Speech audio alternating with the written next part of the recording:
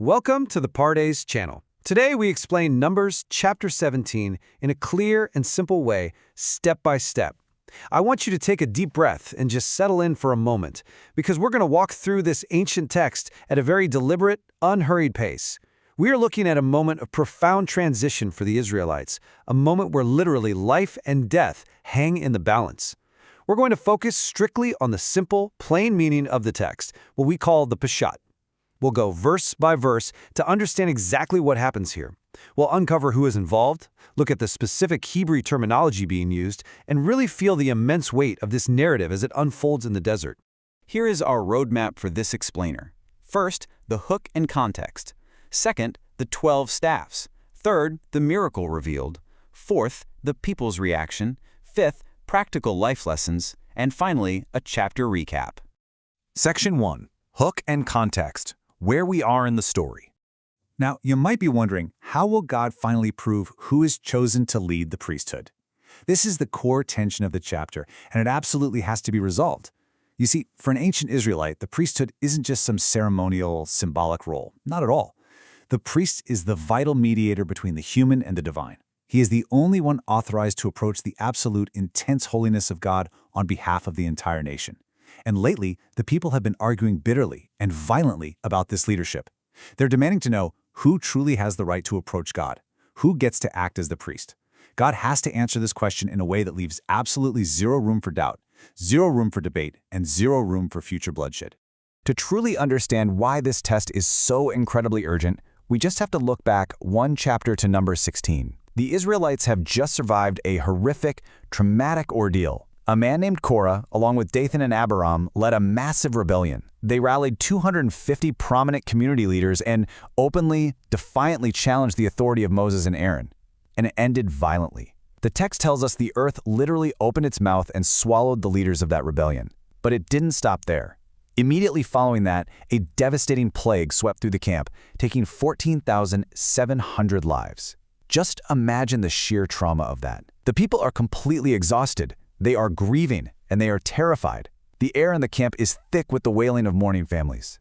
And it's into this heavy, tense, death-filled atmosphere that God speaks in chapter 17.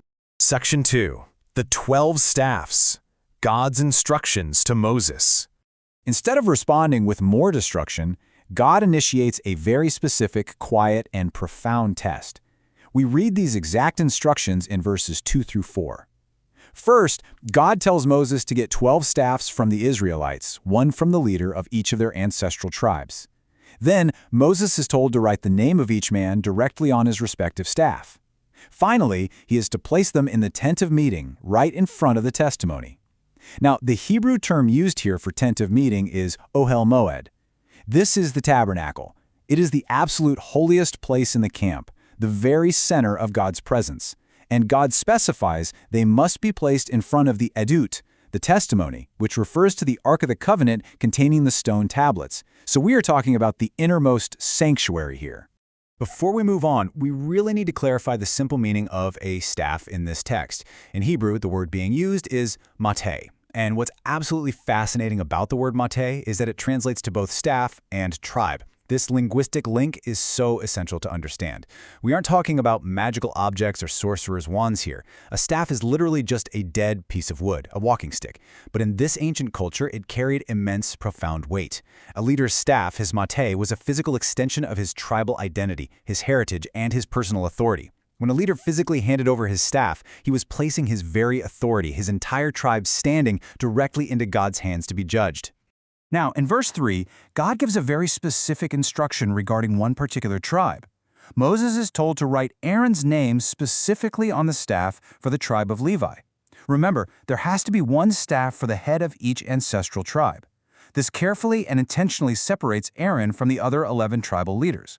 The entire bloody dispute in the previous chapter was about this exact issue. Do Aaron and the Levites alone have the exclusive right to the priesthood, or is the entire congregation equally holy? By writing Aaron's name on the Levite staff, the terms of the test are set perfectly. It is Aaron and his lineage standing on one side versus the representative leadership of everyone else on the other.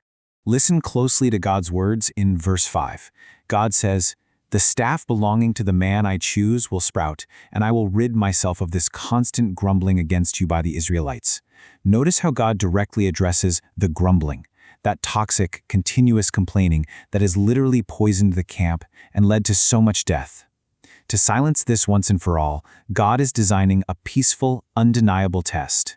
Think about it. After the earth opening up, after a horrific plague of death, God chooses to settle this deadly dispute with an act of quiet creation. He's going to bring a completely dead piece of wood back to life to prove his choice. It is just a stunning contrast, answering death and rebellion with silent, miraculous life. Section 3. The miracle revealed. The morning discovery. Let's walk through the exact timeline of events detailed in verses 6 and 7. Moses speaks to the Israelites, and their leaders hand over the 12 staffs. Moses takes these 12 completely lifeless pieces of carved wood and places them before the Lord in the tent of the testimony. Then comes the night. I want you to imagine the heavy, quiet anticipation sitting over the camp.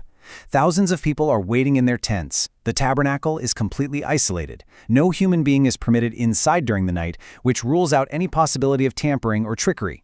The staffs are resting entirely alone in the deepest, holiest darkness of God's presence. And then, on the morning of the next day, Moses enters the tent alone to check the results.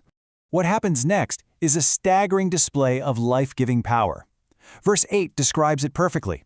When Moses walks in, he doesn't just see a tiny little green shoot on Aaron's staff. No, the text specifically says the staff of Aaron for the house of Levi had sprouted, brought forth buds, produced blossoms, and yielded ripe almonds. The Hebrew word for almond is shaked, and this is deeply significant in the plain meaning of the text. In the Middle East, the almond tree is the very first tree to awaken and blossom in the spring. Its root word literally means to watch or to awaken. A completely dead, carved piece of wood had gone through all 4 stages of agricultural growth simultaneously, overnight, producing the fruit of vigilance. God is demonstrating undeniably that he is actively watching over his priesthood. Then, in verse 9, we get this picture of absolute resolution and profound silence. Moses brings all the staffs out from the Lord's presence to all the Israelites. They all look at them, and then a very weighty, quiet moment occurs. Each man simply takes his own staff. There is no arguing. There is no more rebellion. Picture the psychological impact of this moment. These leaders examine their own dry, lifeless sticks, and then they look over at the vibrant, living blossoms and heavy, ripe almonds hanging from Aaron's staff. They accept the results without a single word of protest. The bitter, deadly dispute over the priesthood ends in total, undeniable silence. Section 4. The people's reaction. Fear and resolution. The miracle has occurred, the leaders have accepted it, but God has one more crucial instruction. In verse 10, the Lord speaks to Moses again. He says, "Put back Aaron's staff in front of the testimony to be kept as a sign to the rebellious. This will put an end to their grumbling against me so that they will not die." Moses obeys exactly as commanded. Now the Hebrew word for sign used here is ought. Why on earth does God need a physical object to serve as a sign? Well, because God intimately knows human nature. He knows that our human memory is fragile. In a few months or a few years, people might forget the sheer terror of the plague and the awe of this miracle, and they might start rebelling all over again. The staff is preserved as an ought, a permanent physical memory aid. It stays right there in the tabernacle to protect the people from repeating their own deadly mistakes. And when the reality of all this finally sinks in, the Israelites break their silence. In verse 12, they cry out to Moses, "We shall die. We are lost. We are all lost." We really need to pause and let the terror of this statement sink in. It is a dramatic, completely panicked reaction. Think about the massive psychological shift that has just happened here. Just a few days ago, under Korah, these exact same people were arrogantly demanding to be priests, marching right up to the tabernacle as if they owned the place. Now, faced with the undeniable, miraculous proof of God's chosen structure, and suddenly realizing what they had been tampering with, their arrogance completely shatters into absolute terror. They continue their panicked cry in verse 13, saying, "Anyone who even comes near the tabernacle of the Lord will die. Are we all going to die?" This right here is a massive theological shift. The people went from treating the tabernacle totally casually to treating it with trembling reverence. They finally get it. The tabernacle isn't some casual community meeting place. It is the domain of the Creator of the universe. They realize that approaching God without his specific authorization brings death. They are now literally terrified to even take a single step toward the tent. This fear, while extreme, is actually the beginning of them truly understanding and respecting God's boundaries. The rebellion has been cured. Section 5.